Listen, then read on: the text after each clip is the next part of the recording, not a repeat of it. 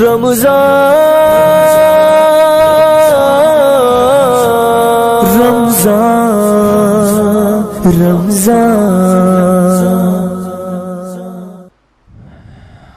للہ نحمدہ ونصلی علی رسولہ الکریم۔ آج ہم نے 9واں پارہ پڑھا ہے۔ 9ویں پاری کی جو ابتدا ہے، حضرت شعیب علیہ السلام کا اپنی قوم کے ساتھ جو مکالمہ ہو رہا تھا اس کا تذکرہ ہے۔ حضرت شعیب علیہ السلام کو اللہ تعالیٰ نے مدین کی طرف بھیجا۔ مدین ایک قوم تھی، اس قوم میں بیماری تھی، ایک تو شرک کی اور دوسری وہ ناپ تول میں کمی کیا کرتے تھے، کسٹمر کو ٹھگتے تھے، 2 نمبری کرنا۔ تو حضرت شعیب علیہ السلام نے ان کو سمجھایا، اوفوا الکیل والمیزان، جب وزن کرو یا کیل کرو۔ کیل کہتے ہیں مخصوص پیمانہ، مخصوص برتن جس کو ناپنے کے لیے رکھا ہو۔ آپ کو پتہ ہے نا، کسی بھی چیز کو ناپنے کے عام طور پر 3 طریقے ہوتے ہیں۔ ایک کو اردو میں کہتے ہیں مساحت، یعنی گزوں کے ذریعے ناپا جائے کسی چیز کو، فٹ کے ذریعے ناپا جائے۔ پنجاب میں ایک کنال زمین ہوتی ہے نا، کہتے ہیں کنال ہے، 3 مرلے ہے۔ وہ ہماری سمجھ میں آ ہی نہیں رہا ہوتا جب ہم پوچھتے ہیں یہ کتنی ہے، کہہ رہے ہیں اتنے مرلے۔ تو پتہ نہیں مرلے کیا ہوتا ہے بھائی، گزوں میں بتاؤ۔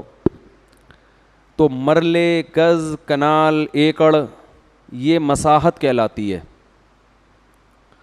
اور ایک طریقہ ہوتا ہے کسی چیز کو وزن کر کے بیچنا۔ ہم جب دکاندار کے پاس جاتے ہیں، بھئی اتنے کلو گوشت دے دو، اتنے کلو ٹماٹر دے دو، تو یہ بھی ایک طریقہ ہے۔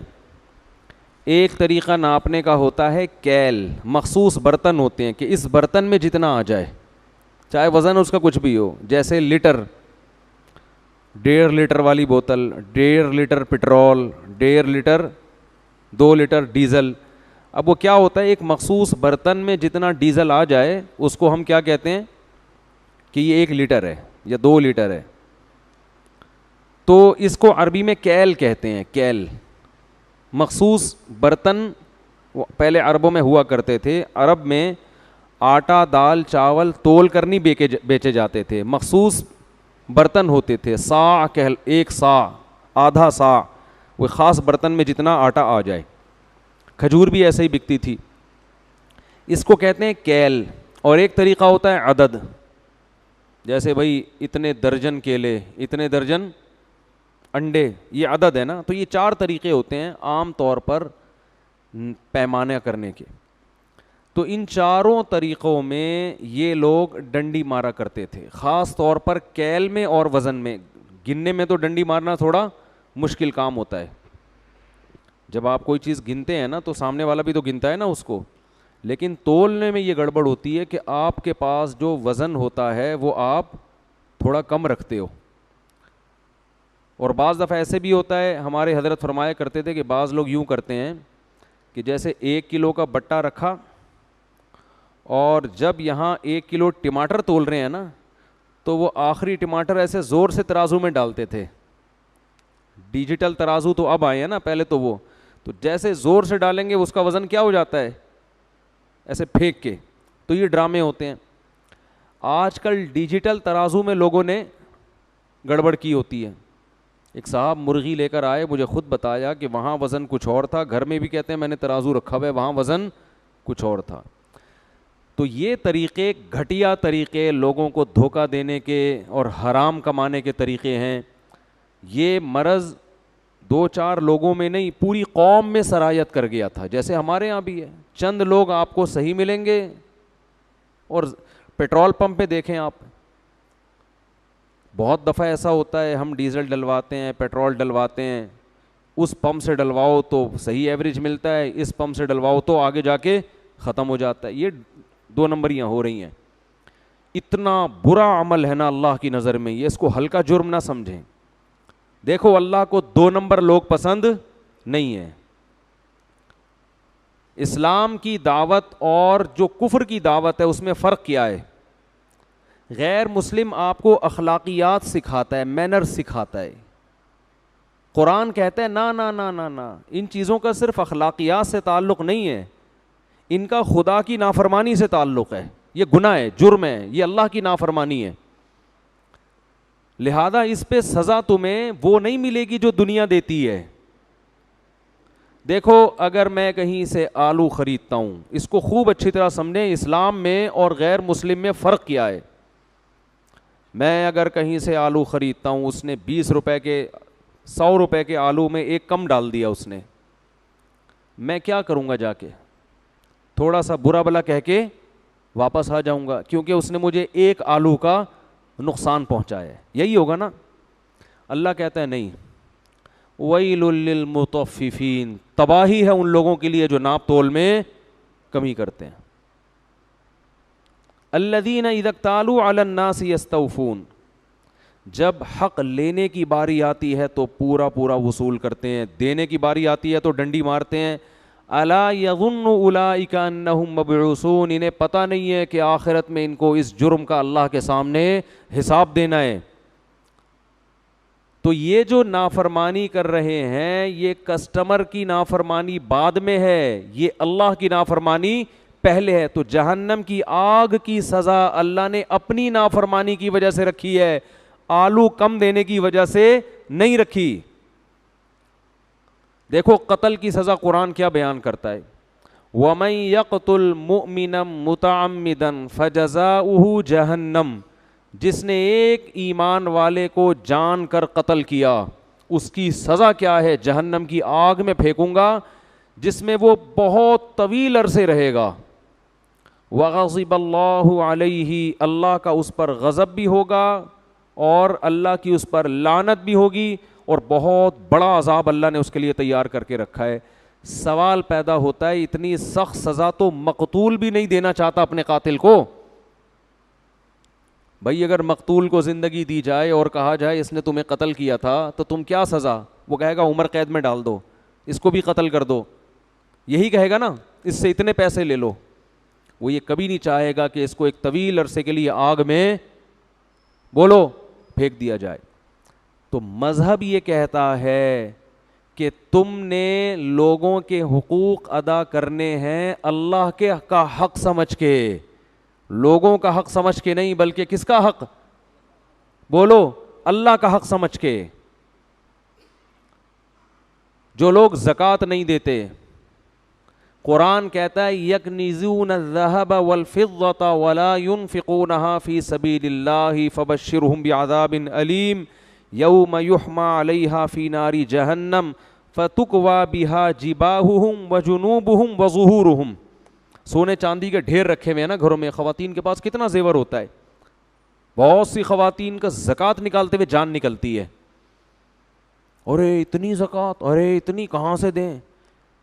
جس خدا نے تمہیں اتنا نوازا ہے, زکوٰۃ وہی نکالتا ہے جس کے پاس اضافی ضرورت سے زائد چیزیں ہوتی ہیں. سال میں ایک دفعہ اللہ تم سے تھوڑے سے پیسے مانگ رہا ہے, خوش دلی سے دینا چاہیے. اے اللہ اتنا کہ ہم تو ڈبل دیں گے. کیسے, میں دیکھتا ہوں بعض خواتین کو پیشانی پہ لکیریں, یہ کیسے نکالیں بھائی, کیسے, یہ تو بہت زیادہ ہو گیا. تو اللہ کیا فرماتے ہیں, جو لوگ زکوٰۃ نہیں دیتے میں اسی سونے اور چاندی کو پگھلا کر ان کی پیشانیوں کو داغوں گا قیامت کے دن, اور کہوں گا ھذا ما کنزتم لانفسکم, یہ ہیں وہ خزانے جو تم نے اپنے لیے جمع کر کے رکھے تھے. اب زکوٰۃ غریب کا حق ہے نا, کیا خیال ہے؟ غریب سے اگر کہا جائے کہ اس نے تمہیں زکوٰۃ نہیں دی تھی, تم کیا سزا تجویز کرو گے؟ وہ کہے گا 2 تھپڑ لگا دو اس, یہی کہے گا نا. نہیں آ رہی بات, میرا خیال ہے. وہ کبھی اس پہ راضی نہیں ہوگا کہ اس سونے اور چاندی کو پگھلا کے اس کی پیشانی کو داغا جائے, یہ گرم کر کے اس کی پیشانی پہ ڈالی جائے. وہ کہے گا بھائی یہ اتنا بڑا جرم نہیں ہے. لیکن اللہ کہے گا جرم اس لیے ہے کہ زکوٰۃ غریب کا حق نہیں ہے. زکوٰۃ کس کا حق ہے؟ میرا حق ہے. میں نے پیسہ دیا ہے تو مجھے اس کا ٹیکس دو, میرا شکر ادا کرو. اور میرا شکر ایسے ہوگا کہ جن غریبوں کا رزق میں نے اپنے ذمے لیا ہے وہ اسی طرح لیا ہے کہ کسی کو براہ راست دوں گا, کسی کو تمہارے ذریعے سے دوں گا. تو اب تم دو, اس لیے علماء کہتے ہیں جب ہم غریب کو زکوٰۃ دیتے ہیں تو اصل میں غریب اللہ کا وکیل بن کے قبضہ کر رہا ہوتا ہے, دے اللہ کو رہے ہیں. جیسے میں نے کسی کو پیسے دینے ہیں دکان پہ, قرضہ چڑھا ہوا ہے, فرض کرو آپ نے مجھے پیمنٹ کرنی ہے 1,00,000 روپے, میں کہتا ہوں یار وہ ڈائریکٹ جا کے راشن والے کو دے دو, میرا قرضہ چڑھا ہوا ہے. چڑھا ہوا نہیں ہے, ایک مثال دے رہا ہوں, ٹھیک ہے نا, آپ جا کے ڈائریکٹ اس کو دے دیں تو اس کا ہاتھ ہوگا, اصل میں وہ کس کا ہاتھ ہے, میرا. وہ میرا نمائندہ بن کے, وکیل بن کے قبضہ کر رہا ہے, آپ مجھے ہی دے رہے ہیں, ورنہ آپ کو اس سے کیا واسطہ, وہ کون ہے, آپ کا راشن سے کیا تعلق بھائی. تو اللہ تعالیٰ بھی ہم سے پیمنٹ مانگتے ہیں, بھائی میری پیمنٹ کا ٹائم آ گیا مجھے دے دو. اگر تم شکر ادا کرتے ہو نا, مانتے ہو کہ پیسہ میں نے دیا ہے, تو نکالو پیسے. اے اللہ کہاں عرش پہ جائیں ہم تجھے دینے کے لیے, نہیں آ رہی بات میرا خیال ہے. اے اللہ ہم عرش پہ جائیں, ہم کہاں جائیں, کیا بیت اللہ جا کے خانہ کعبہ میں ڈال دیں. آغا خانی لوگ تو ڈال رہے ہوتے ہیں نا, وہ اپنے ان کو باباؤں کو دے رہے ہوتے ہیں, اور کچھ لوگ نٹی جھٹی کے پل پہ جا کے کچھ پرچیاں ڈال رہے ہوتے ہیں, پتہ نہیں وہ سمجھتے ہیں اللہ تک پہنچ جائے گی یا حضرت فلاں تک پہنچ جائے گی. اللہ نے سمپل طریقہ رکھا ہے. اللہ فرماتے ہیں مجھ تک پہنچنے کے لیے مجھے دینے کی ضرورت نہیں ہے, کچھ میرے نمائندے اور وکیل ہیں دنیا میں. اس نوعیت کے جو غریب تمہیں مارکیٹ میں نظر آئیں, کوئی بھی نظر آئے تو بس وہ میرا نمائندہ ہے, اس کو پکڑا دو, نہیں دیا تو میں نہیں چھوڑوں گا تمہیں. سمجھ میں نہیں آ رہی بات. تو دیکھو اسلام اور غیر اسلام میں فرق یہ ہے کہ مسلمان مخلوق کا حق ادا کرتا ہے اللہ کا حکم سمجھ کے. عبداللہ ابن مسعود رضی اللہ تعالی عنہ اپنے غلام کو کوڑے مار رہے تھے. غلام پہ کیا کر رہے تھے, بہت سختی, ماتحت تھا, بہت ٹھکائی لگائی اس کی. آپ صلی اللہ علیہ وسلم نے دیکھ لیا, فرمایا للہ اقدر علیک منک علیہ, اے ابن مسعود تجھے جتنی اس غلام پر اللہ نے قدرت دی ہے نا مارنے کی, اللہ کو تجھے سزا دینے کی قدرت تجھ پر اس سے بھی زیادہ ہے. اب دیکھو اللہ کیوں سزا دے رہا ہے بھائی. غلام کو اگر کوئی زیادہ زیادہ مارے گا تو گورنمنٹ سزا دے گی نا, کہ بھائی جتنا اضافی مارا ہے تو آپ کو بھی اتنی, وجزاء سیئۃ سیئۃ مثلھا, قرآن کہہ رہے جتن جیسی برائی ہے اسی کے بقدر بدلہ ہے. تو 3 کوڑے مارے تو 3 کوڑے لگ جائیں, ایسا ہی ہونا, دنیا کا یہی اصول ہے نا. ارے کسی نے آپ کے ایک تھپڑ مارا تو قرآن آپ کو اجازت دیتا ہے کہ جتنی اسپیڈ سے مارا ہے اتنی اسپیڈ سے آپ بھی اس کے رکھ دیں وہاں پہ لے جا, اجازت دی ہے قرآن نے. بہتر ہے کہ معاف کر دیں, لیکن اگر مارنا چاہتے ہیں تو ایک مارا ہے تو پھر 2 مارنے کی آپ کو اجازت نہیں ہے. جتنی انگلیاں اس کی چھپی ہیں اتنی ہی اسپیڈ سے آپ نے بھی وہاں کیا کر دینی ہے, چھاپ دینی ہے, ٹھیک ہے نا. ایسے نہیں مارنا کہ کل وہ اخبار میں آ جائے. وہ حضرت موسیٰ علیہ السلام نے جو مکہ مارا تھا نا, جس پہ بندہ اخبار میں آ گیا تھا, وہ ان کی نیت تھی نہیں, اس کی قسمت تھی کہ وہ اگلے دن اس کا نام, پہلی سرخی تھی یہی کہ حضرات فلاں جگہ پر ایک فرعونی کی لاش ملی ہے, سمجھ میں نہیں آ رہا کہ وہ مرا کیسے ہے. تو آپ کو اجازت دی ہے, لیکن اللہ کیا سزا دے رہا ہے. عبداللہ بن مسعود رضی اللہ تعالیٰ عنہ کو نبی نے فرمایا, حضرت عبداللہ بن مسعود نے نا وہ آزاد کر دیا غلام کفارے کے طور پر, کہ جو میں نے زیادہ اس پہ زیادتی ہو گئی ہے تو اس کا کفارہ کیا ہے, آزاد ہو جائے. تو آپ نے کیا فرمایا, اگر تم اس کو آزاد نہ کرتے تو جہنم کی آگ تمہیں چھوتی,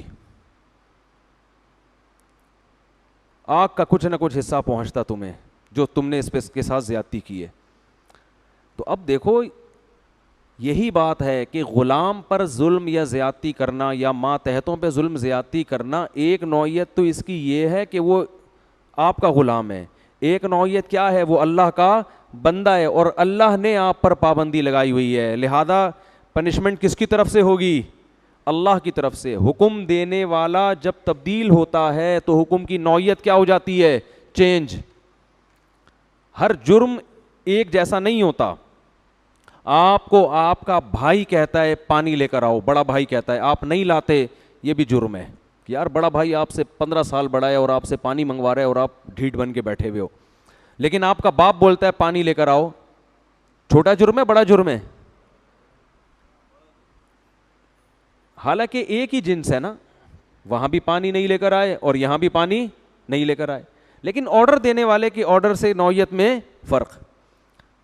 اور جناب آپ ڈی ایس پی صاحب بیٹھے ہوئے ہیں اور ایک عام پولیس والے کو ڈی ایس پی صاحب کہتے ہیں, کچھ بھی آرڈر دیا ڈی ایس پی صاحب نے کہ جاؤ ذرا فلاں کی انکوائری کر کے آؤ, وہ جا ہی نہیں رہا, ہل ہی نہیں رہا ہے, ہو سکتا ہے سسپینڈ کر دے اس کو اس پہ. ایک آفیسر, بہت بڑا فوج میں آفیسر, ایک عام فوجی کو آرڈر دیتا ہے کہ جاؤ ٹریننگ کے دوران نا, چھوٹا سا کام لگا دیا کہ جاؤ دوڑ کے یہ لے کر آؤ, کوئی ٹریننگ کے دوران, وہ نہیں آ رہا, وہ کہہ رہا ہے سر میں نہیں آ رہا, ہو سکتا ہے ٹریننگ سے باہر نکال دیا جائے. اب آپ کہیں یار میرے بھائی نے مجھے بولا تھا یہ لے کر آؤ, میں نہیں لے کر آیا, تو اس نے تو گھر سے باہر نہیں نکالا. یہ آرمی کا عجیب سیٹ اپ ہے یار, مجھے آفیسر نے کہا یہ کرو, میں نہیں کر رہا, میرا کورٹ مارشل ہو گیا. بھائی نوعیت کیا ہو رہی ہے مختلف. تو سب سے سنگین غلطی, سب سے سنگین نافرمانی یہ ہے کہ جو اس کائنات کو بنانے والا, جس نے آپ پر احسانات کی بارش کی, احسانات کے سمندر میں ڈبو دیا آپ کو, آپ اس کے آرڈر کو فالو نہ کریں, اس سے بڑا جرم دنیا میں کوئی نہیں ہے. لیکن اس کی رحمت چونکہ اس کے غصے پر غالب ہے, اس لیے اس نے ایک رحمت والا معاملہ کیا ہے کہ ایک دفعہ بھی جرم کرو گے نا تو اصولی طور پر تو اس کی سزا یہ بننی چاہیے تھی کہ میں تمہیں جہنم کی آگ میں ڈالوں, لیکن موت سے پہلے پہلے میں نے توبہ کا آپشن رکھا ہے. یہ آپشن گھروں میں نہیں ہوتا. نہیں آ رہی بات سمجھ میں؟ کوئی آفیسر اگر عام فوجی کو بولتا ہے یہ کام کرو, کہہ رہے نہیں کر رہا, ایک دفعہ سوری, ٹھیک ہے نا, 2 دفعہ سوری, تیسری دفعہ میں کیا کہے گا, کورٹ مارشل ہوگا کہ نہیں ہوگا. لیکن اللہ نے 3 کروڑ دفعہ بھی اگر آپ نے نافرمانی کر لی اور 3 کروڑویں مرتبہ آپ نے توبہ کر لی, تو موت سے پہلے پہلے توبہ کا آپشن بولو رکھا ہے, کیونکہ وہ اس کی رحمت اس کے غصے پر غالب ہے. لیکن وہ رحمت جب ہی ہوگی نا جب آپ بھی تو کچھ کریں, آپ سوری کرنے کے لیے تیار ہی نہیں ہو, تو پھر کیسے وہ آپ اس کی رحمت کی امیدیں لگا کے بیٹھتے ہو. تو شعیب علیہ السلام نے اپنی قوم کو کیا کہا کہ ناپ تول میں کمی بولو مت کرو. قوم کی کھوپڑی میں یہ بات آج بھی نہیں آتی, قوموں کی کھوپڑیوں میں آتی ہیں. آپ سمجھاؤ سبزی والوں کو یہ نہ کرو, کہہ رہے ہیں ابے اس کے بغیر تو گزارا ہی نہیں ہوتا, ابے سبھی یہی کر رہے ہیں, ابے بھائی موقع کون سے دور میں رہتے ہو, یہ ٹوپی ڈرامے شروع ہو جاتے ہیں. تو وہ قوم بھی کہنے لگی. پھر وہ ایک جرم یہ بھی کرتے تھے کہ راستوں میں بیٹھ جاتے تھے, اور جو لوگ بھی حضرت شعیب پر ایمان لاتے نا ان کو وسوسے ڈال ڈال کے اللہ کے راستے سے روکتے تھے, جو کام آج فیس بک اور یوٹیوب پہ ہو رہا ہے. اچھے بھلے لوگ جب دین کی طرف آتے ہیں ان کو فرقواریت میں الجھا دینا, ان کو علماء کے خلاف, محدثین فقہا کے خلاف, صحابہ کے خلاف, وہ صحابہ سے یہ غلطی ہوئی, وہ اسلام ہی مشکوک لگنے لگتا ہے. اسلام کے جو بیسک احکام ہیں جو صدیوں سے جن پر اتفاق چلا آ رہا ہے ان میں شک پیدا کر دینا. جیسے غامدی صاحب تو ماشاءاللہ ہول سیل کے حساب سے یہ کام کر رہے ہیں. میرا دل نہیں چاہتا نام لوں, لیکن کیا کروں, پھر وہ سمجھانا پڑتا ہے نا. ہر اسلام کے موٹے موٹے احکام میں کیا پیدا کر دیا, شک. اس سے کیا ہوگا, لوگ نا ہر حکم کے میں کنفیوز ہو جائیں گے. اسلام کے بہت سے احکام ایسے ہیں جن کو فالو کرنے میں بڑی قربانی دینی پڑتی ہے, بہت بڑی قربانی. اگر آپ اس میں کنفیوز ہو جائے نا کہ یہ اللہ کا حکم ہے بھی یا نہیں ہے, تو آپ قربانی دینے کے لیے آمادہ نہیں ہو. 3 طلاق کا مسئلہ دیکھ لو, غصے میں لوگوں کے منہ سے 3 طلاقیں نکل جاتی ہیں. اب کچھ لوگوں نے کنفیوز کر دیا, کہا کہ 1 ہے, کوئی کہا 3 ہے, تو اب آپ کے لیے اس 3 والے حکم کو فالو کرنا بہت مشکل. کہو گے یار پتہ نہیں حرام ہوئی بھی ہے, میں اچھی بلی بیوی بچے چھوڑ دوں, حالانکہ یہ بھی اتفاقی مسئلہ چلا آ رہا تھا صدیوں سے. تو ایسے ہر مسئلے میں ہر مسئلے میں کیا کنفیوژن. پہلے یہ تھا کہ بھائی 3 ہی ہوتی ہیں, غصے میں نکلی جو بھی ہے رو یا دھوئے گا, لیکن یار واپسی کا آپشن کیا ہو گیا, ختم, صبر آ جائے گا.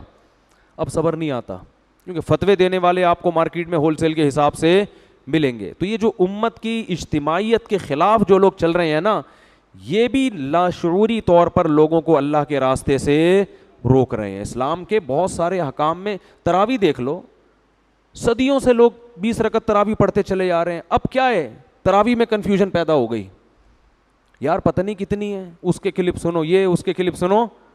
اب وہ شوق اور رغبت رہے گی, کیونکہ 20 رکعت پڑھنا آسان نہیں ہے مشکل کام یہ. لیکن ایک لوگوں کا مائنڈ تو تھا نا کہ یار صدیوں سے اس پر امت کا اتفاق ہے. صحابہ، تابعین، غامدی صاحب نے تو نفس تراوی کا ہی انکار کر دیا کہ ہے ہی نہیں یہ نماز. اب کیا ہوگا, لوگ آ کے کھڑے ہوں گے, یار پتہ نہیں ہے ہم بدعت تو نہیں کر رہے کہیں.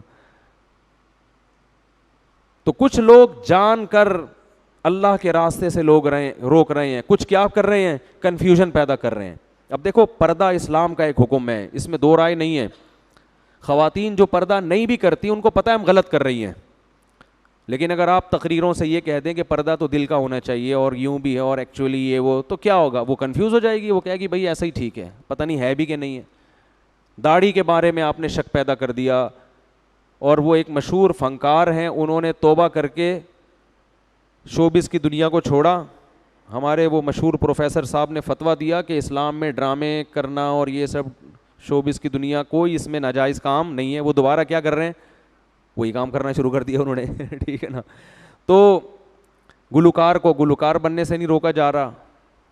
پہلے گلوکار توبہ کرتے تھے, فلم ایکٹرز توبہ کر لیا کرتے تھے, داڑیاں آ جاتی تھی, نمازی بن جایا کرتے تھے. اب ان کو یہ بتایا جا رہا ہے, سنگر کو بتایا جا رہا ہے گانے بجانے چھوڑنے کی ضرورت نہیں ہے, قوالیاں پڑھیں اب آپ. ٹھیک ہے نا. اور سب کچھ ایسے ہی چل رہا ہے. تو بعض لوگ جان کر اللہ کے راستے سے روکتے ہیں, اور بعض کی نیت نہیں ہوتی مگر کام ایسا ہوتا ہے کہ لوگ کنفیوز ہو جاتے ہیں. میں نے بتایا میرے پاس کئی اس طرح کیسز آ چکے ہیں کہ آغا خانی سے ایک شخص مسلمان ہوا, تبلیغی جماعت میں چلا گیا. تبلیغ والے کوئی فرقہ واریت نہیں پھیلاتے, سیدھا سیدھا اللہ کا دین سکھاتے ہیں. وہ کہتے ہیں میں اتنا اچھا مسلمان بن گیا, میرے ساتھ اور بھی چند ایک رشتہ دار تھے, جماعت المسلمین والے ٹکر گئے. انہوں نے کہا یہ تو حنفی ہیں, یہ لوگ تو فقہ حنفی کو فالو کرتے ہیں, نبی تو نے تو قرآن و سنت پہ چلنے کا حکم دیا. کہہ رہے اتنا وسوسے پیدا ہوئے کہ میرے ساتھ چند لوگ تو واپس مرتد ہو گئے دوبارہ. انہوں نے کہا ان کے تو اپنے ہی مسائل حل نہیں ہو رہے ہیں, پتہ نہیں آدھے یعنی پورا ملک تو گمراہ ہے, 4 آدمی کیا ہیں, یعنی ان میں تو جماعت المسلمین تو 4-5 ہی ہوں گے ٹوٹل ملا کے, ایسے ہی ہیں. اور وہ بھی پارٹ 1 پارٹ 2 بھی ہو گیا. اب تو تھوڑے دنوں میں جماعت المسلمین ایک ان میں پارٹ 1 میں چلا گیا, پھر اسے پتہ چلا کہ پارٹ 2 بھی ہے. ٹھیک ہے نا. بھائی اسلام صدیوں سے آیا ہے, وہی اسلام ہے جو صدیوں سے پوری دنیا میں گیا. ملیشیا میں گیا فقہ شافی کی شکل میں, انڈونیشیا میں گیا فقہ شافی کی شکل میں, بر صغیر میں آیا فقہ حنفی کی شکل میں, افریقہ میں گیا فقہ مالکیہ کی شکل میں. اور ان چاروں فقہ کو سب نے ایکسیپٹ کیا کہ یہ برحق ہیں, ان میں سے کسی کو بھی فالو کر لو. اب آ کے آپ ایک ایسا کام کر رہے ہیں کہ سارے غلط ہیں, ہم کیا ہیں, ہم صحیح ہیں. تو اس کا مطلب آپ غلط ہیں, باقی سارے صحیح ہیں. 4 آدمی جنت میں نہیں جائیں گے. 4 سے مراد 4 لاکھ بھی ہو سکتے ہیں, 4 کروڑ بھی ہو سکتے ہیں. مسلمان تو اربوں میں رہے ہیں ہمیشہ. 4 آدمیوں کو آپ جنت میں لے جانے کے لیے لاکھوں کروڑوں کو کیا قرار دے رہے ہیں, گمراہ. تو اللہ کے راستے سے روکنے کے بہت سارے طریقے ہیں, کچھ دانستہ اور کچھ نادانستہ طور پر. خیر شعیب علیہ السلام کی قوم یہ جرم کرتی تھی, تو اللہ نے جب شعیب علیہ السلام دعوت دیتے دیتے دیتے طویل عرصہ گزر گیا نا, قوم پیسوں کے معاملے میں یاد رکھو لوگ مولاناؤں کی بات نہیں مانتے. ان کے ساتھ بھی یہی مسئلہ ہو رہا تھا. قرآن میں دوسرے مقام پر آتا ہے کہ اصلاتک تأمرک ان نترک ما یعبد آباؤنا ونفعل فی اموالنا ما نشاء. آپ کی نماز, آپ نماز پڑھیں شعیب علیہ السلام, ہم آپ کو نماز سے منع نہیں کرتے. ہماری تجارت میں آپ دخل اندازی مت کریں. پیسہ کیسے کمانا ہے یہ آپ کو نہیں پتا, یہ ہمیں پتہ ہے. اب لوگ مولویوں سے تجارت کے مسائل نہیں پوچھتے. میں نے پچھلے سال نا تبلیغ کے کچھ اکابر تھے کیا ہیں, اللہ ان کی عمر میں برکت دے, پروگرام بنایا کہ ہم تاجروں کے لیے ورک شاپ کرواتے ہیں, ان کو تجارت کے مسائل سکھائیں گے. بڑے بڑے تاجروں سے میں نے رابطہ کیا, کسی نے لفٹ نہیں کرائی. میں نے ان بزرگ کو فون کیا, میں نے کہا لفٹ ہی نہیں کرا رہا کوئی. ویسے حضرت جی ہر وقت آگے پیچھے, مفتی صاحب ہمارے یہاں کب آئیں گے, ٹھیک ہے نا. اور نارملی بیان کے لیے بہت لوگ, انہوں نے کہا یہ جو تجارت کے مسائل کا لیبل ہے نا یہ بڑا خطرناک ہے. لوگ یہ سمجھتے ہیں مولانا لوگ ہماری تجارت میں کیا کر دیں گے, ٹانگ اڑا دیں گے, یہ حرام ہے, یہ ناجائز ہے. اچھا بھلا ابھی چل رہا ہے, چلنے دو, پتہ نہیں فیکٹری ہی نہ بند کروا دیں کہیں. یہ سمجھ میں نہیں آ رہی بات, حالانکہ ایسا بالکل بھی نہیں ہے. تو انہوں نے کہا ٹیکنیکل طریقے سے آپ ان کو یہ نہیں بتائیں کہ ہم تجارت کے مسائل بتا رہے ہیں, یہ مسائل کے لفظ سے ڈریں گے. ان کو یہ بتائیں ہم تجارت کے فضائل کی ورک شاپ کروا رہے ہیں. صحیح ہے نا. اسلام میں تجارت کے فضائل بھی ہیں نا. لیبل فضائل کا ہو, جیسے وہ لیبل ہوتا ہے امت کے اتحاد کا, کام کیا ہو رہا ہے, آگ لگانے کا. وہ بزرگ نے یہ لکھا, وہ بزرگ نے یہ لکھا, امت کو میں جوڑ رہا ہوں. ابھی عجیب طریقے سے جوڑ رہا ہے بھائی تو. میں لوگوں سے کہتا ہوں نا, آپ نے اپنے تمام رشتہ داروں کو گھر میں بلایا, دعوت دی, سب آ کے بیٹھ گئے, پھر آپ نے سب کے عیب نکالنا شروع کیے. میرے ماموں اس دن یہ کر رہے تھے, میرے چاچو اس دن یہ کر رہے تھے, تیرے پپا نے یہ کیا. اب جب سب میں آگ لگ گئی, کیا کر رہا ہے, کہہ رہے میں رشتہ داروں میں جوڑ پیدا کر رہا ہوں, فرقہ واریت کو ختم کر رہا ہوں. تو ہم کیا لگائیں گے, لیبل فضائل کا, ان کو بتاتے رہیں گے بھائی یہ حرام ہے, یہ ناجائز ہے. لیکن صحیح عالم کیا کرتا ہے, وہ یہ نہیں کہتا کہ صرف کہ یہ حرام ہے, بلکہ وہ اس کا آلٹرنیٹ بتاتا ہے. بھائی یہ ناجائز ہے لیکن یوں کر لو تو آپ کا پروفٹ بھی کم نہیں ہوگا, لیکن یہ تجارت کیا ہو جائے گی, جائز ہو جائے گی. لیکن لوگ بڑے ڈرتے ہیں, وہ کہتے ہیں مفتیوں کے سر پہ سینگ لگے ہوئے, یہ ٹکر ماریں گے ہمیں, ہمارا اچھا بھلا کام چل رہا ہے, دھندا چل رہا ہے, اس کا بیڑا غلط کر دیں گے. لیکن بہرحال اچھے لوگ بھی دنیا میں موجود ہیں. بہت سے تاجر پوچھتے ہیں. اب ایک پرسوں چند دن پہلے تاجر کا فون آیا کہ میرا کنٹینر آ رہا ہے, 20 لاکھ کا کنٹینر ہے, میں نے 25 میں فروخت کر دیا ہے آگے, حالانکہ کنٹینر ابھی پورٹ سے لگا نہیں ہے. بھائی یہ تو جائز نہیں ہے. نبی صلی اللہ علیہ وسلم کی صحیح حدیث ہے, کوئی بھی چیز قبضے میں لیے بغیر آپ آگے نہیں بیچ سکتے.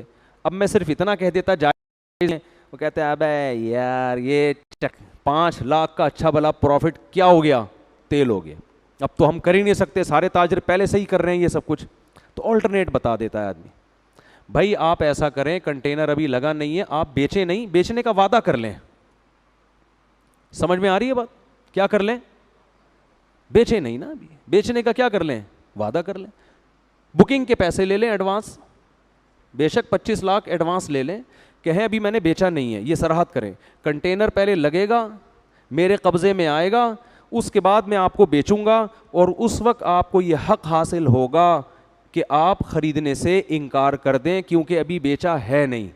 انکار کریں گے آپ کو آپ کی پیمنٹ واپس مل جائے گی. لیکن عام طور پر ایسے موقع پہ کوئی انکار کرتا ہے نہیں. سمجھتے ہو کہ نہیں سمجھتے ہو؟ تو ایک چیز قبضے میں ہے نہیں, ایسے بیچ در یہ تو ایک قسم کا سٹا ہے یہ, اور یہی ہو رہا ہے فوریکس ٹریڈنگ میں, یہی ہو رہا ہے نا. آپ دیکھو جو انٹرنیٹ پہ ٹریڈنگ ہو رہی ہے زیادہ تر, تو قبضے میں لائے بغیر چیز بیچ نہیں سکتے. ہاں پلاٹ ایسی چیز ہے جو اگر آپ نے خرید لیا تو قبضہ کیے بغیر بھی بیچ سکتے ہیں. سمجھتے ہو کہ نہیں سمجھتے ہو؟ تو پلاٹوں کی فائل ہیں تو ادھر ادھر, لیکن اس میں بھی یہ ضروری ہے کہ خریدا ہو, آپ کی ملکیت میں آ گیا ہو, اور یہ پتہ ہو کہ ہے کہاں. اب یہ مسائل کا پورا سیشن شروع ہو جائے گا, پھر میں آگے چلتا ہوں. یہ تو واعظ و نصیحت کی باتیں ہیں نا. تو خرید و فروخت کے اسلام کا ایک نظام ہے, آپ نے اس نظام کو فالو کرنا ہے. ہم انگریز نہیں ہیں کہ جیسے چاہیں تجارت کریں, وہ تو کرتے رہتے ہیں, پتہ نہیں کیا کیا چیزیں نکال رہے ہوتے ہیں. 4 آدمی کو تم یہ بیچو تو وہ آگے ہر 4 میں سے ہر ایک آگے 4 کو بیچے گا, تو ان کا بھی پروفٹ تمہیں ان کا تجھے کس کھاتے میں مل رہا ہے ان کا پروفٹ ہے بھائی. ایک دفعہ ہمارے پاس ایک صاحب آئے, ہمارے استاذ بھی بیٹھے ہوئے تھے, کہنے لگے کہ ہم نے یہ جوسر مشین بنائی ہے, ایکچولی نہیں بلکہ میڈیسن تھی, کوئی وٹامن کی تھی, کوئی ایک جنرل جو ہوتی ہے نا, ایک عام جو لوگ عام طور پہ استعمال کرتے ہیں. کہا ہم یہ اس طرح سے بزنس کر رہے ہیں کہ ہم یہ بیچیں گے جتنوں کو بھی, ان کو ہم یہ سہولت دیں گے کہ آپ نے بھی آگے 10 آدمیوں کو بیچنی ہے, پھر وہ 10 میں سے ہر ایک 10 کو, تو ان میں سے ہر ایک کا کمیشن ان 5 کو ملے گا. اب اس کی وجہ سے اس میڈیسن کی جو مارکیٹ ویلیو سے زیادہ ویلیو پہ بیچ رہے ہیں, وہ ظاہر ہے نارمل ویلیو پہ بیچنے کے لیے اس تکلف کی ضرورت تھوڑی ہے. میرے ذمے ہمارے استاذ نے لگایا ہوا تھا, ان کم بختوں کو سمجھو یہ کر کے آ رہے ہیں معذرت کے ساتھ. تو میں ان کے آفس میں چلا گیا, ان کی پریزنٹیشن جو بھی تھی نا وہ سن کر آیا میں. تو پتہ یہ چلا کہ یہ جو میڈیسن کی قیمت اتنی ہے, اضافی قیمت جو بندہ دے رہا ہے نا, وہ صرف اس چکر میں دے رہا ہے کہ آگے میں 10 آدمیوں کو یہ پہنا دوں گا اور یہ میرے پیسے کور ہو جائیں گے. اگر یہ 10 کو نہیں پہنا سکا تو یہ پیسے کور نہیں ہوں گے. تو یہ جائز طریقہ نہیں ہے. لیکن وہ پتہ نہیں فتوے بھی آپ ہر جگہ سے آج کل مل جاتے ہیں, کہیں سے ٹھپے وپے لگا کے لائے ہوئے تھے حلال ہے. تو ہمارے استاذ نے ان کو ڈانٹا کہ اگر یہ اتنی بہترین دوا ہے تو کم بختوں, یعنی کم بختوں تو میں کہہ رہا ہوں, جا کے انسان کے بچوں کی طرح میڈیکل اسٹور پہ کیوں نہیں رکھوا دیتے اس کو بھائی؟ اس کی آپ پبلسٹی کریں, اس کی ایڈورٹائزمنٹ کریں, بتائیں بھائی اتنی مفید چیز ہے لوگ خریدیں. ان کو پتہ ہے لوگ اس طرح سے نہیں خریدیں گے, اور اس کا نقصان ان کو ہوگا جو آخر میں رہ جائیں گے, جن سے خریدنے والا کوئی بھی نہیں ہوگا. یہ چین چلتی ہے ایسے, تو یہ ناجائز ہے. تو سیدھی طریقے سے انسان کے بچوں کی طرح پیسہ کماؤ میرے بھائی, جیسے ساری دنیا. یہ گورے جو ہے نا کھوپڑی لڑاتے رہتے ہیں کسی طرح سے پیسہ ہم اپنے پاس سمیٹیں, اس میں لوگ کروڑ پتی بن گئے ہیں بیٹھے بیٹھے. اب آپ نے وہ جوسر مشین یا میڈیسن 10 کو بکوا دی اور آپ آرام سے بیٹھ گئے, وہ 10 آگے 100 کو, وہ 100 سے آگے 1000, آپ بیٹھے بیٹھے نوٹ چھاپتے رہتے ہو فری پھوکٹ میں, اور پھر آپ کو کمپنی اتنی سہولتیں دیتی ہے اور یہ اور وہ, اور آپ کو پھر جب مفتی کہے گا یہ حرام ہے تو اتنا پیسہ فری پھوکٹ میں بیٹھا بیٹھا مفتی صاحب کے منہ سے حرام کہتا ہوا اچھا نہیں لگتا. پیسے کی تو بڑا نشہ ہوتا ہے, لت پڑ جاتی ہے میرے بھائی. چرس اور ہیروئن کی لت سے زیادہ یہ لت ہے. اور پیسے کی محبت ختم کرنے کا صرف اور صرف ایک طریقہ ہے, دنیا کو مسافر خانہ سمجھے, W11 سمجھے. او بھائی لٹک کے چلے جائیں گے, روکھی سوکھی کھا لیں گے, جگہ نہ ملی چھت پہ بیٹھ کے چلے جائیں گے, ہم نے تو لانڈی پہ اتر جانا ہے, ہم نے کون سا یہاں بیٹھے رہنا ہے. پیسے ہوں گے انجوائے کریں گے, نہیں ہوں گے تو لٹک کے سفر کریں گے, یہ بھی انجوائے کریں گے. پیسے ہوں گے پراٹھے کھائیں گے, انڈے پراٹھے کھائیں گے, نہیں ہوں گے سوکھی روٹی چائے میں ڈبو کے کھائیں گے. 4 دن میں اس کی بھی عادت ہو جاتی ہے, کوئی ٹینشن لینے کی بات نہیں ہے. گھر ملے گا سوئیں گے, نہیں تو فٹ پاتھ پہ منجی ڈال کے سو جائیں گے. اور منجی کا فائدہ اتنا زیادہ ہے, میں نے ایک بیان کیا تھا کہ بیڈ پہ سونے میں نقصان ہے, بیڈ میں نیچے سے ہوا نہیں لگتی.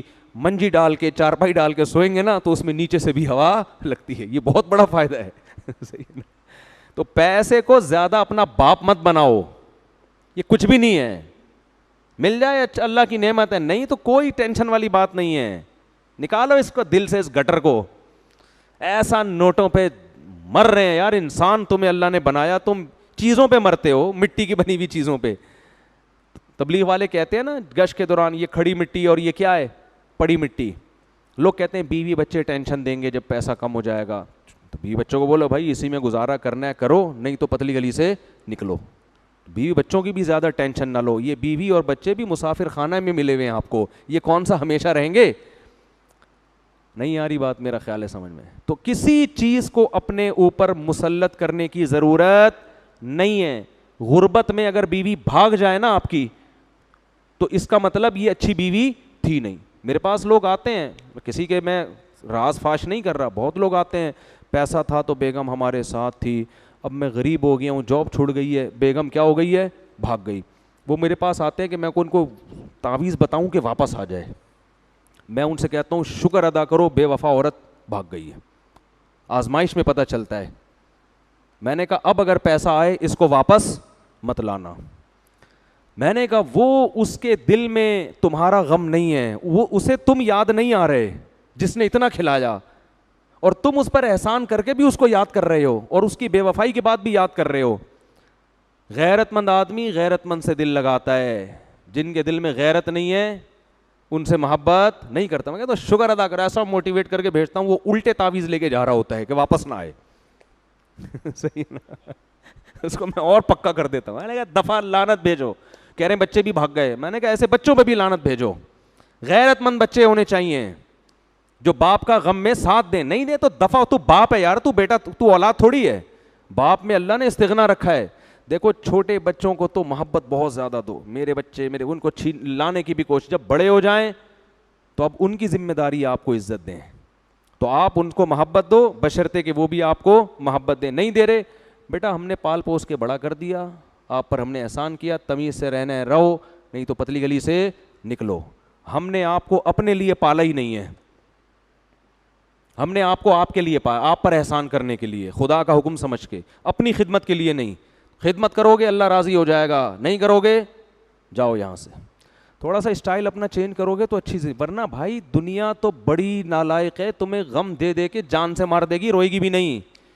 وہ بیوی بھاگ گئی, وہ میرا بچہ میرے ساتھ یوں کر رہا ہے, میرے ماموں نے یہ کر دیا, میرے چاچو نے یہ کر دیا, ابے میں نے اس پر اتنا احسان کیا, آج وہ مجھے آنکھیں دکھا رہا ہے, تو کیوں احسان کیا بھائی؟ تو نے اس لیے احسان کیا تھا کہ وہ تجھے جھکے گا تیرے سامنے. کون جھکتا ہے؟ سبزی والے پر میں نے کتنا احسان کیا تھا. غریب آدمی کم بخت کے گھر میں بیٹھنے کی جگہ نہیں تھی, فرش پہ بیٹھتا تھا وہ. کتنا پیسہ اس کو ہم نے کھلایا, اور اسٹیمپ پیپر کے انگوٹھے مجھے گفٹ میں دے کے چلا گیا. اب ہم روتے رہے, ابے میں نے احسان کیا. ابے بھائی تم نے احسان کیا تھا, اگر اللہ کے لیے کیا تھا تو اللہ راضی ہو جائے گا, بزنس کے لیے کیا تھا تو بزنس میں تو یہ ہوتا ہے. تو جب تک دنیا کو مسافر خانہ نہیں سمجھو گے میرے بھائی, دنیا تمہیں ایسا چترول لگائے گی نا, یہ بڑی بے شرم اور غیرت لیس دنیا ہے یہ. اب گالیاں تو نہیں دے سکتا نا میں ممبر پہ بیٹھ کے, اس لیے میں تھوڑا انگلش ملا کے, ورنہ اس کو جتنی گالیاں دی جائے نا یہ کیا ہے, کم ہے. اس سے زیادہ دل صرف کس سے لگاؤ, اللہ سے. اللہ وفا کرتا ہے, تھوڑا کرو گے بہت زیادہ دے گا. ابراہیم علیہ السلام نے دنیا سے نہیں اللہ سے وفا کی تھی. اللہ کہتے ہیں واتخذ اللہ ابراہیم خلیلا, اللہ نے ابراہیم کو اپنا جگری دوست بنا لیا, خلیل بنا لیا. یعقوب علیہ السلام نے کس سے وفا کی, اللہ سے. کیسا نوازا اللہ نے. تو اللہ سے وفا کرو گے تو بھائی سب کچھ ملے گا. باقی دنیا کے ساتھ اچھا سلوک کرو, سب کے ساتھ اچھے رہو, بے وفائی نہ کرو, معاہدے مت توڑو, اپنا الو سیدھا رکھو. پھر بھی سیدھا چلتا ہے, کوئی چلے نہیں چلے تو. اور یاد رکھو آدمی جب خود غلط ہوتا ہے تو پھر اس کی وجہ سے جو اس کو غم پہنچتے ہیں نا, ان میں صبر کی توفیق نہیں ملتی. خود سیدھا ہو, پھر اگر ٹینشنیں بھی ملیں گی, ان ٹینشنوں میں اللہ صبر کی توفیق دیتا ہے. تو خیر میں جلدی سے بیان ختم کرتا ہوں, کہاں سے کہاں چلا گیا. تو وہ جو ہے نا, جب ان کو سمجھا رہے بھائی تم قحط زدہ لوگ نہیں ہو, کھاتے پیتے لوگ ہو, کیوں ڈنڈی مار رہے ہو, تو قوم کے پاس کوئی جواب نہیں تھا.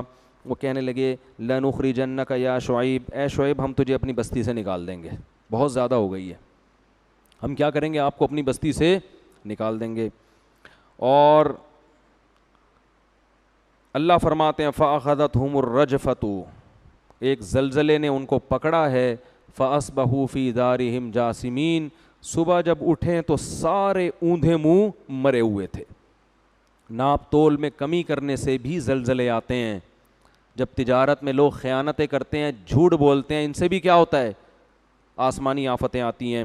تو جب وہ قوم الٹ گئی, اللہ فرماتے ہیں فتولی عنہم, حضرت شعیب علیہ السلام نے بستی کے قریب جا کے کہا, پیٹھ پھیری اور کہا یا قوم لقد ابلغت رسالات ربی, اے میری قوم میں نے اپنے رب کا پیغام تم تک پہنچا دیا. ان مردوں سے خطاب کر رہے ہیں عبرت کے لیے.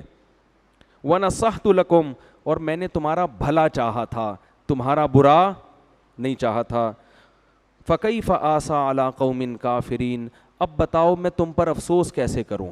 یعنی ایسے موقع پہ تو افسوس ہونا چاہیے نا, بیچارے مر گئے, لیکن پتہ نہیں مجھے افسوس ہو نہیں رہا, کیونکہ میں نے تو تمہاری خیر خواہی میں اپنی صلاحیت کو پورا خرچ کر دیا تھا, اب مجھے تم پر رونا نہیں آ رہا. تو اس لیے بھائی اس بات کا بڑا خیال کیا کریں, مالی معاملات میں دو نمبری بولو نہ کریں.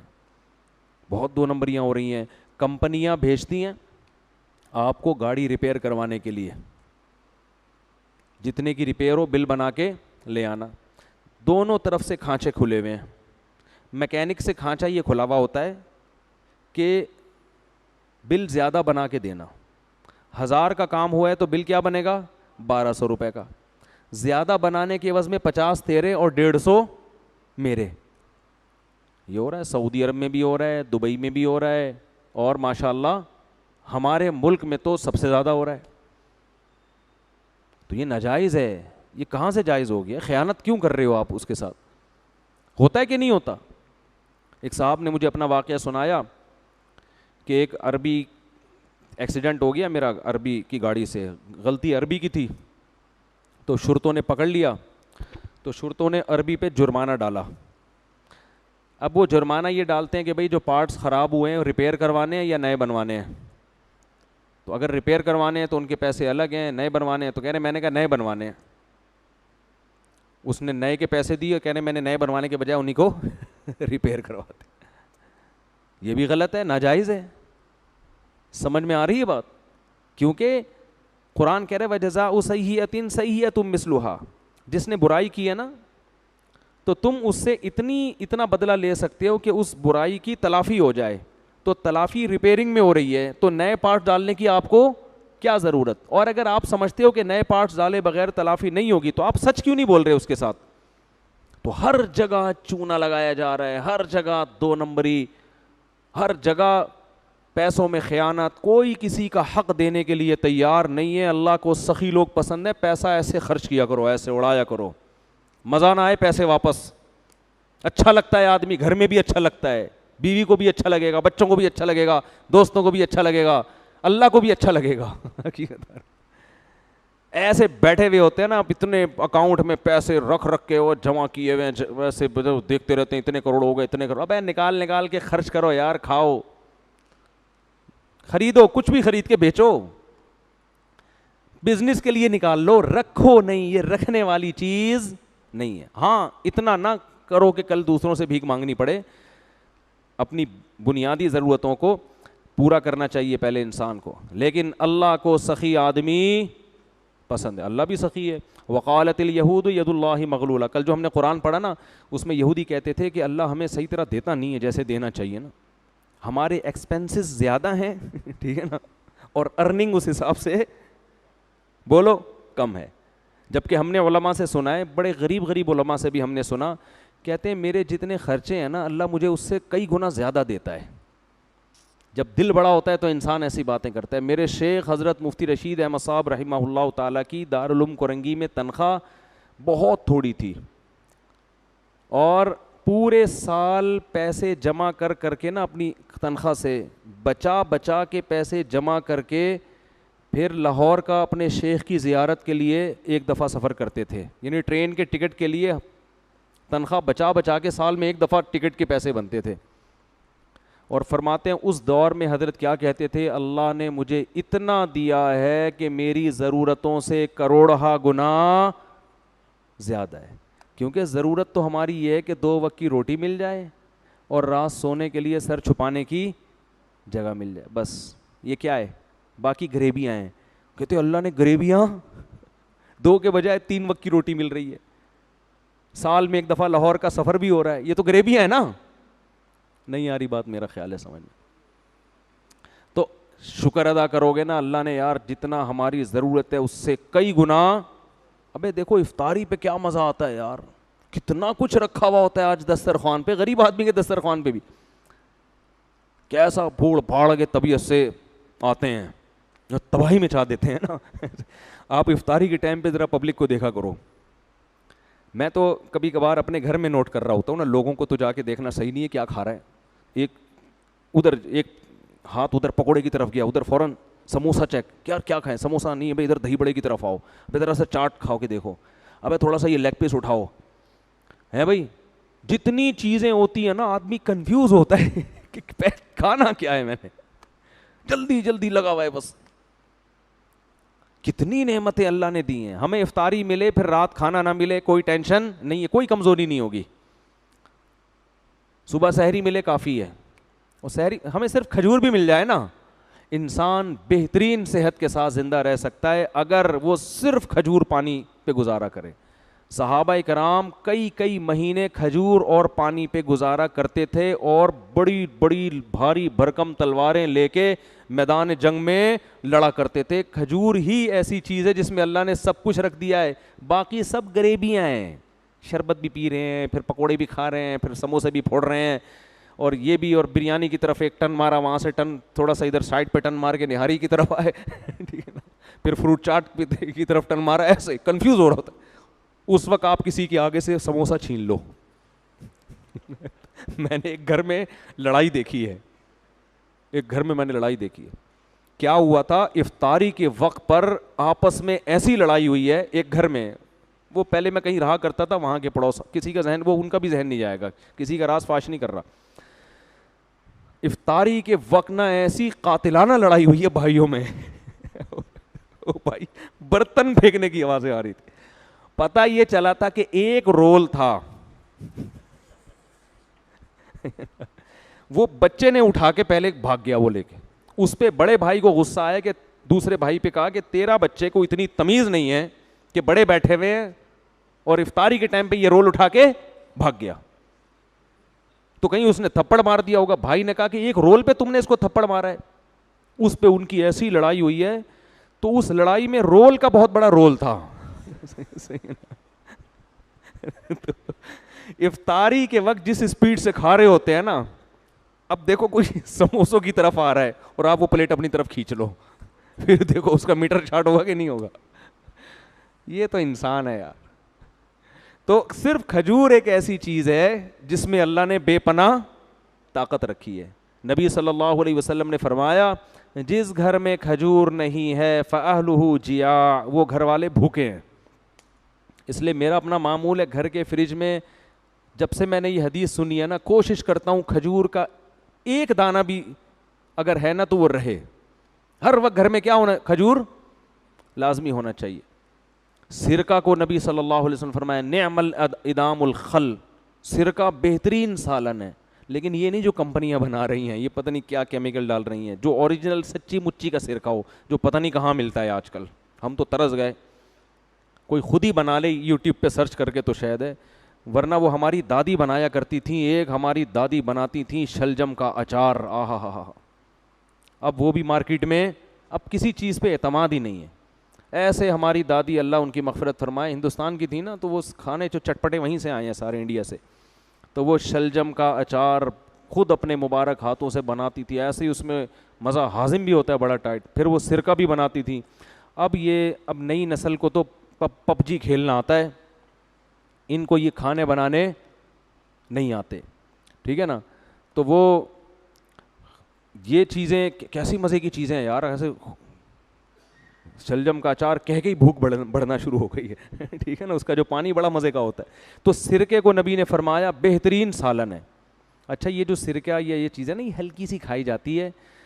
لوگ تجربے کر رہے ہوتے ہیں یوٹیوب پہ سرچ کر کر کے کہ جس نے 1 چمچ سرکہ نہار منہ پیا اس کو دل کے وال کھل جائیں گے. او بھائی یہ یوٹیوبرز کے دھوکوں میں مت آؤ, یہ تو پھینک رہے ہیں.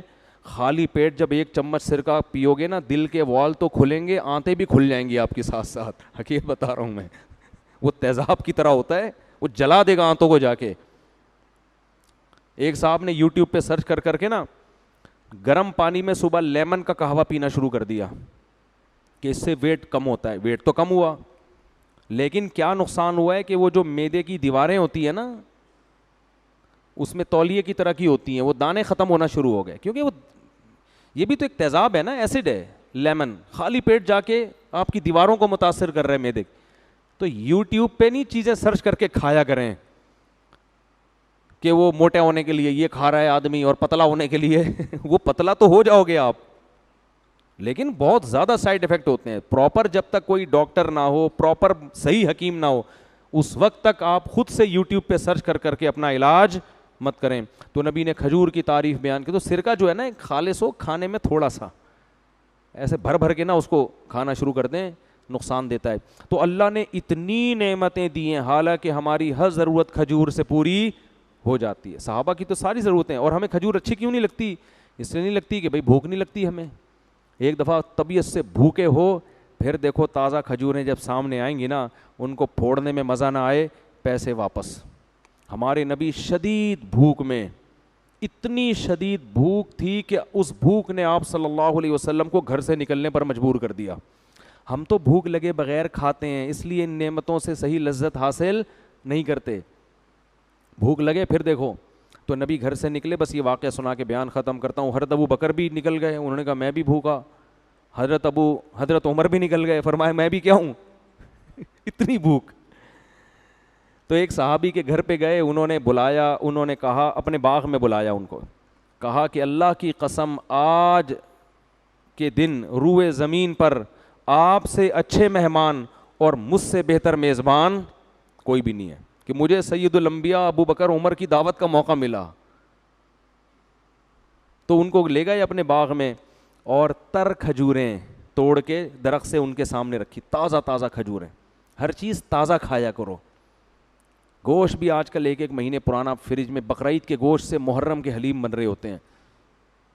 وہی کنجوسی والی بات ہے نا, کھاؤ پیو, کل اللہ اور کل دوبارہ بکرا کاٹ لینا یار. اللہ نے آج کل لوگوں کو وسائل دی ہیں. جو غریب آدمی ہے وہ پھر وہ جو ہے سبزی کھا لے, کیا خیال ہے, تازہ کھائے نا. اور چلو اللہ نے کسی کو غریب بنایا ہے وہ اسٹور کر لے, لیکن جس کو اللہ نے دولت دی ہے وہ کیوں اسٹور کر رہا ہے؟ غریب اسٹور کرے سمجھ میں آتا ہے. تو میں لاکھوں پتی لوگوں کو دیکھ رہا ہوں کہ فریج کا دروازہ کھولو نا, چیزیں گر رہی ہوتی ہے دھڑم دھڑم کر کے. تو کھجور ان کے سامنے لا کے رکھے آپ صلی اللہ علیہ وسلم کے سامنے. آپ صلی اللہ علیہ وسلم کتنی شدید بھوک میں کھجور کھائی اور پھر کنویں کا تازہ پانی پیا, اور پھر آپ صلی اللہ علیہ وسلم نے فرمایا لَتُسْأَلُنَّ يَوْمَئِذٍ عَنِ النَّعِيمِ, ان نعمتوں کے بارے میں کل تم سے قیامت کے دن سوال ہوگا. کیسے شدید بھوک میں ہماری حالت خراب تھی, کیسی تازہ کھجوریں اور اس کے اوپر پانی. سمجھتے ہو کہ نہیں سمجھتے؟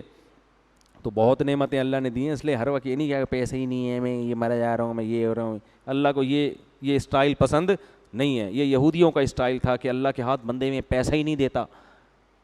تو جبکہ علماء اور بزرگوں کا اسٹائل کیا ہوتا ہے, کھانے کو نہیں ہے پھر بھی کیا کہہ رہے ہیں, اللہ کا دیا بہت ہے, میری ضرورتوں سے اللہ نے بہت زیادہ مجھے عطا کیا ہے. تو اس میں پھر کیا ہوگا کہ حلال کماؤ گے, ناپ تول میں کمی نہیں کرو گے. جب آپ سمجھ رہے ہو مجھے زیادہ ملا ہوا ہے تو مجھے کیا ضرورت ہے ٹھگنے کی اور جھوٹ بولنے کی. اللہ تعالیٰ سمجھنے کی عمل کی توفیق عطا فرمائے. وما علینا الا البلاغ.